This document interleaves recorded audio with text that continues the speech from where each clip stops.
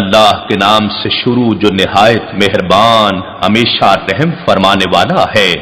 وہ رحمان ہی ہے جس نے خود رسول عربی صلی اللہ علیہ وآلہ وسلم کو قرآن سکھایا، اسی نے اس کامل انسان کو پیدا فرمایا، اسی نے اسے یعنی نبی برحق صلی اللہ علیہ وآلہ وسلم کو ما کان وما یکون کا بیان سکھایا۔ سورج اور چاند اسی کے مقررہ حساب سے چل رہے ہیں، اور زمین پر پھیلنے والی بوٹیاں اور سب درخت اسی کو سجدہ کر رہے ہیں، اور اسی نے آسمان کو بلند کر رکھا ہے، اور اسی نے عدل کے لیے ترازو قائم کر رکھی ہے تاکہ تم تولنے میں بے اعتدالی نہ کرو، اور انصاف کے ساتھ وزن کو ٹھیک رکھو اور تول کو کم نہ کرو۔ زمین کو اسی نے مخلوق کے لیے بچھا دیا،